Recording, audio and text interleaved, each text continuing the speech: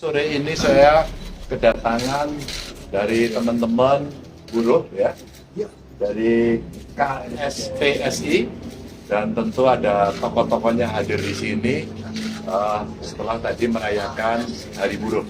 Kita diskusi cukup panjang.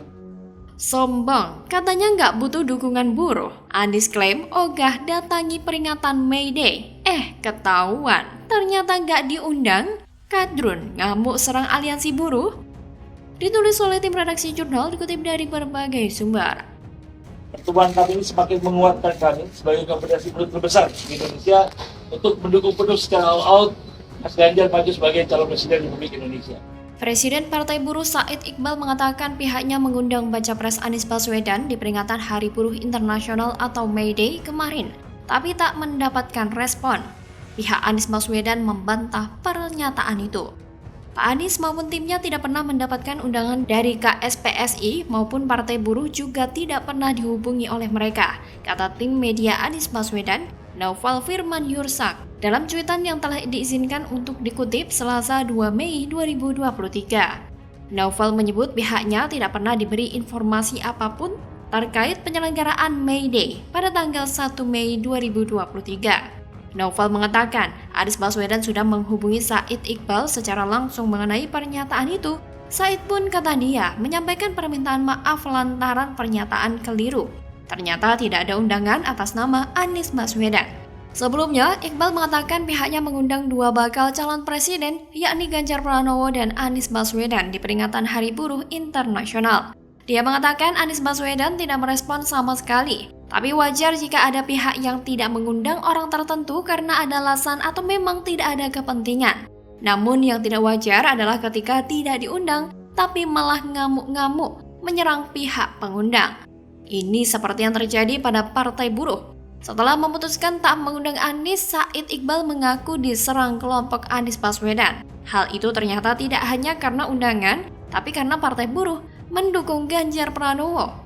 Hal ini yang menjadikan kelompok Anies menyerang Said Iqbal. Meskipun Partai Buruh belum mendukung secara resmi Ganjar Pranowo sebagai capres, namun dari hasil rakernas yang dilakukan Partai Buruh pada Januari 2023 lalu, Ganjar memang menempati posisi teratas daftar capres yang didukung anggota Partai Buruh.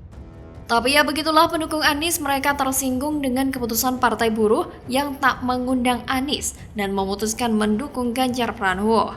Mereka kepanasan karena selama ini selain dari kadrun, masa yang mendukung Anies hanya dari Partai Buruh. Mereka cemas jika Partai Buruh tiba-tiba banting setir dan membuang Anies. Jika itu benar-benar terjadi, Anies bakal bernasib mengenaskan. Mereka pusing dengan nasib Anies yang semakin ditelantarkan. Tapi Anies juga tidak peduli apakah dia ditumpangi, ditunggangi, atau disetir. Tidak peduli siapa yang mendukung, asal jadi presiden.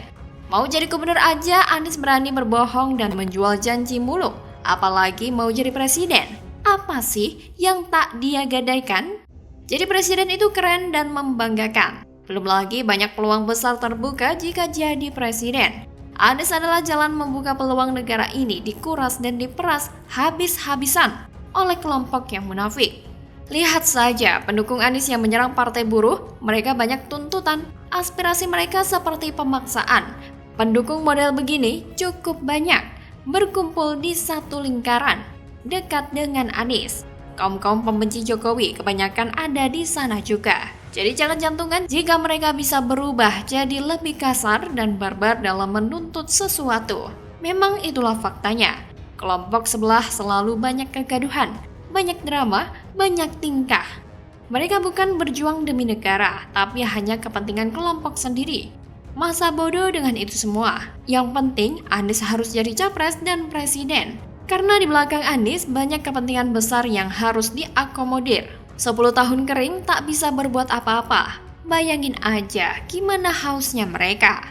Komplotan tensi tinggi seperti ini mau mengawal negara ini. Perilaku pendukung mewakili sifat yang didukung. Itu kata Anies sendiri. Kalau banyak pendukungnya yang model begini, bagaimana menurut Anda?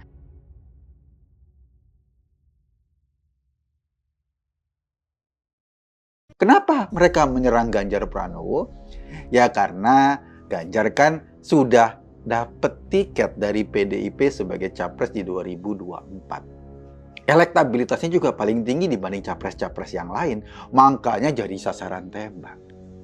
Kepanikan lawan politik Ganjar, tak mampu nyerang pakai isu agama, kini serang pakai foto hoaks. Elektabilitas Ganjar malah melonjak, kalahkan Anies. Ditulis oleh tim redaksi jurnal, dikutip dari berbagai sumber. Dan kalau saya perhatikan, akun-akun yang memfitnah tersebut rata-rata adalah pendukung Anies Baswedan.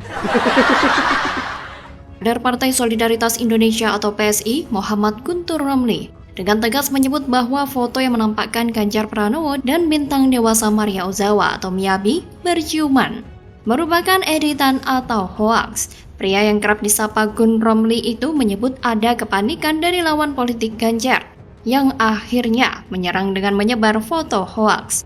Sebelum foto itu tersebar, Gun Romli bilang Gubernur Jawa Tengah yang dideklarasikan sebagai capres PDIP itu sudah diserang. Di antara berbagai upaya itu, lanjut Gun Romli, foto hoaks ini disebutnya sebagai rangkaian menyerang bakal calon presiden tersebut. Namun mau diserang dengan hoaks seperti apapun, tidak menurunkan elektabilitas sosok Ganjar. Dilihat dari hasil survei terbaru Carta Politika yang menyebutkan elektabilitas bakal calon presiden atau capres Ganjar Pranowo berada di posisi teratas, 36,6% usai resmi diumumkan sebagai capres dari PDIP. Peneliti Carta Politika Indonesia, Arda Rana Direksa, juga menegaskan bahwa dua nama lain yakni Prabowo memperoleh hasil 33,2% dan Anies 23%. Kemudian dari sisi tren, Arda menjelaskan elektabilitas Ganjar meningkat dibandingkan pada periode 4-7 April lalu, yang memperoleh 31,4%.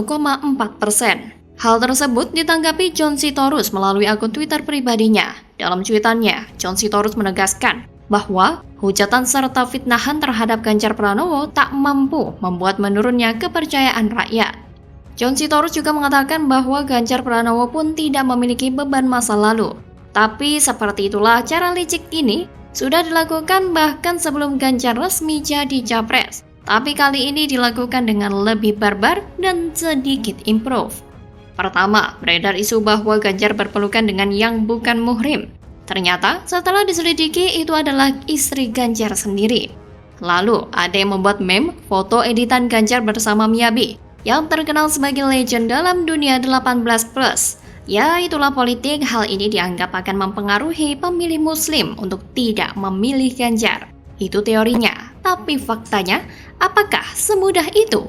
Ini yang akan menarik kita bahas. Bangsa kita ini dipenuhi manusia munafik, merasa suci dan islami, tapi pemersatu bangsanya adalah unsur 18+, bahkan sekelas imam besar Bibib Rizik yang katanya anti maksiat. Ternyata kedapatan mengoleksi DVD dewasa dan majalah dewasa, walaupun katanya cuma sebagai bukti. Tapi kalau Bibib bukan gay, mustahil Bibib tidak penasaran dan minimal ada sedikit mengintip-intip. Betul apa betul? Contoh lainnya, saat Deddy Corbuzier mengundang artis seksi, kita pasti akan menemukan komentar sok suci seperti astagfirullah, istighfar, dan sebagainya. Tapi coba lihat view-nya, dijamin selalu banyak. Yang artinya para komentator tersebut juga minimal ada ngintip-ngintip podcastnya. Jadi jujur penulis meragukan kalau statement Ganjar yang mengatakan suka nonton film dewasa akan membuat mayoritas masyarakat tidak memilihnya. Malah penulis yakin kalau para penikmat 18+ yang sok suci ini malah akan memilih Ganjar karena sama-sama pecinta 18+. Pecinta unsur 18+ memang seolah manusia jijik dan penuh dosa. Tapi percayalah faktanya mereka adalah mayoritas di Indonesia. Bayangkan jika para pecinta ini mendukung Ganjar, mereka yang katanya salah satu pengakses terbanyak dunia ini tentu akan menjadi suara yang menguntungkan untuk Ganjar. Tapi mungkin juga meningkatnya elektabilitas Ganjar setelah diusung PDIP menjadi capres karena memang masyarakat sudah sadar bahwa semua fitnah yang menimpa Ganjar adalah tidak benar dan hanyalah ulah para kadrun pembenci yang memang tidak ingin negara ini aman dan damai. Bagaimana kalau menurut Anda?